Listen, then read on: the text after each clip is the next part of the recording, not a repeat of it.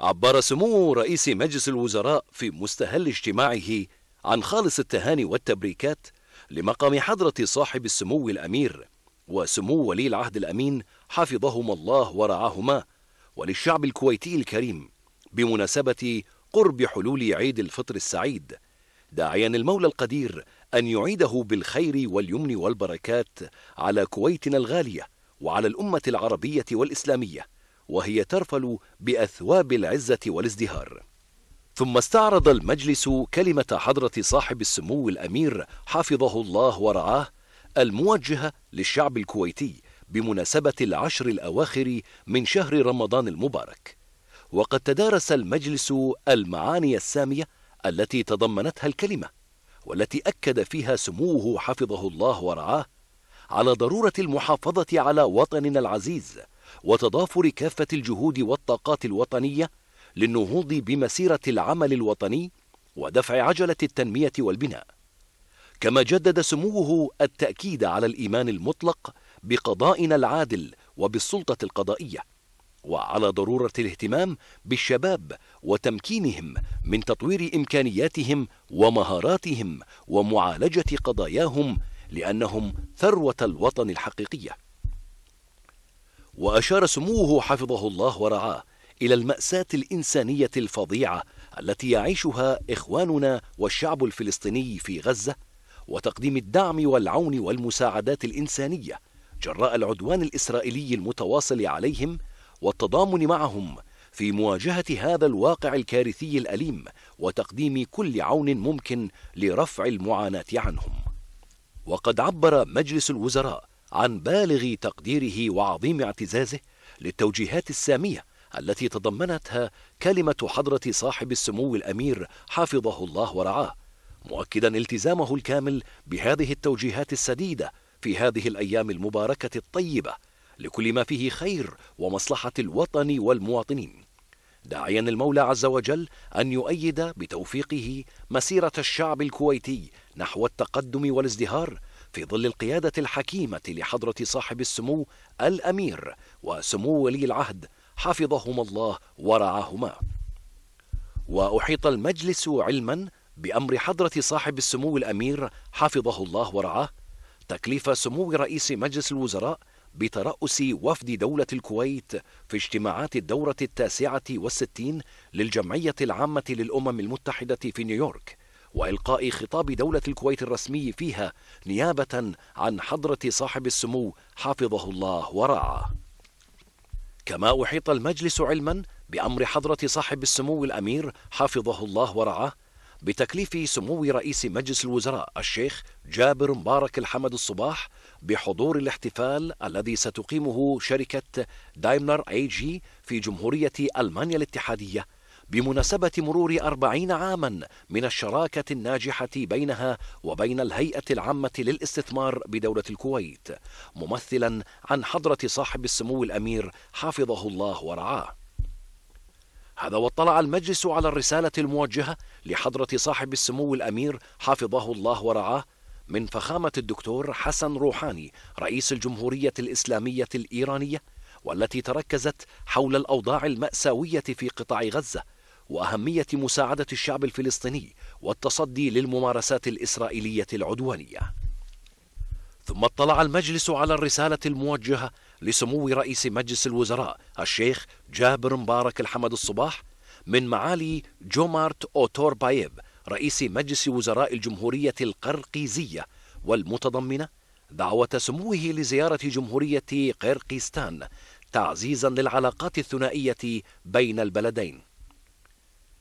واستمع المجلس إلى شرح قدمه الوزراء كل فيما يخصه حول الإجراءات التي اتخذتها الجهات المعنية لمواجهة ما شهدته البلاد من مظاهر الخروج عن القانون، وذلك تنفيذا للتوجهات الواردة في بيان مجلس الوزراء في اجتماعه السابق، بما يكرس الأمن والأمان والاستقرار في دولة الكويت. واستعرض كذلك الخطط التي أعدتها تلك الجهات للتعامل مع هذه المظاهر وإبعادها في الحاضر والمستقبل، بما يضمن تطبيق القانون وفرض هيبة الدولة لحمايتها واستقرار الأمن فيها. وبهذا الصدد أفاد نائب رئيس مجلس الوزراء ووزير الداخلية ووزير الأوقاف والشؤون الإسلامية بالوكالة الشيخ محمد خالد الحمد الصباح بالإجراءات التي تقوم وزارة الداخلية باستكمالها من أجل تكريس الأمن والاستقرار وضمان سيادة القانون على الجميع. بناء على عرض نائب رئيس مجلس الوزراء ووزير الداخلية ووزير الأوقاف والشؤون الإسلامية بالوكالة رئيس اللجنة العليا للجنسية الشيخ محمد خالد الحمد الصباح، فقد استعرض المجلس توصية اللجنة العليا لتحقيق الجنسية، ووافق مجلس الوزراء على مشروع مرسوم بسحب الجنسية الكويتية من المدعو أحمد جبر كاظم عافة الشمري وممن يكون قد كسبها معه بطريق التبعية، وذلك وفقا لأحكام المادة 13 من قانون الجنسية الكويتية رقم 15 لسنة 1959. وفي هذا الصدد فقد أصدر المجلس قرارا بسحب الجنسية الكويتية من كل من سعد حشر عايد البرغش، عبد الله حشر عايد البرغش، ناصر حشر عايد البرغش، نورة حشر عايد البرغش، وذلك بموجب المادة 21 مكرر ألف من قانون الجنسية الكويتية رقم 15 لسنة 1959. كما شرح وزير الإعلام ووزير الدولة لشؤون الشباب الشيخ سلمان لحمود الصباح شرح للمجلس تفاصيل الإجراءات التي قامت بها وزارة الإعلام من أجل ترجمة ما ورد في بيان مجلس الوزراء وتحقيق مقاصده بهدف الحفاظ على تماسك الجبهة الداخلية وحماية الوحدة الوطنية وحماية أمن البلاد وسيادتها. وضمن هذا الإطار فقد عرض وزير الشؤون الاجتماعية والعمل ووزير الدولة لشؤون التخطيط والتنمية هند صبيح براك الصبيح ما تم اتخاذه من إجراءات من قبل وزارة الشؤون الاجتماعية والعمل لمواجهة أي مظاهر للخروج عن الأهداف التي رسمها القانون لجمعيات النفع العام والنظام الأساسي والأغراض التي رخصت من أجلها، وما ترتب على مخالفة بعض الجمعيات للقانون من إغلاق العديد من المقرات والفروع. وتعكف وزارة الشؤون الاجتماعية والعمل حاليا على متابعة نشاط الجمعيات لضمان أدائها لدورها الإيجابي المأمول في تنمية المجتمع ونهوضه. ثم استمع المجلس إلى شرح قدمه النائب الأول لرئيس مجلس الوزراء ووزير الخارجية الشيخ صباح خالد الحمد الصباح حول نتائج مشاركته في اجتماع الدورة غير العادية لمجلس جامعة الدول العربية على المستوى الوزاري المخصص لمناقشة تطورات الأوضاع في قطاع غزة، والتي عقدت في القاهرة،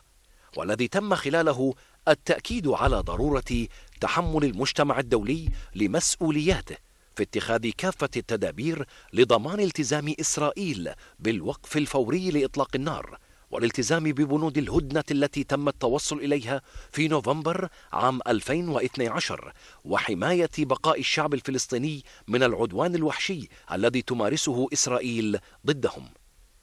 وبناء على عرض نائب رئيس مجلس الوزراء ووزير الدفاع الفريق الركن الشيخ خالد الجراح الصباح، فقد اعتمد المجلس مشروع مرسوم بترقية 160 ضابطا من رتبة ملازم أول إلى رتبة نقيب، وقد رفع المجلس مشروع المرسوم لحضرة صاحب السمو الأمير حافظه الله ورعاه.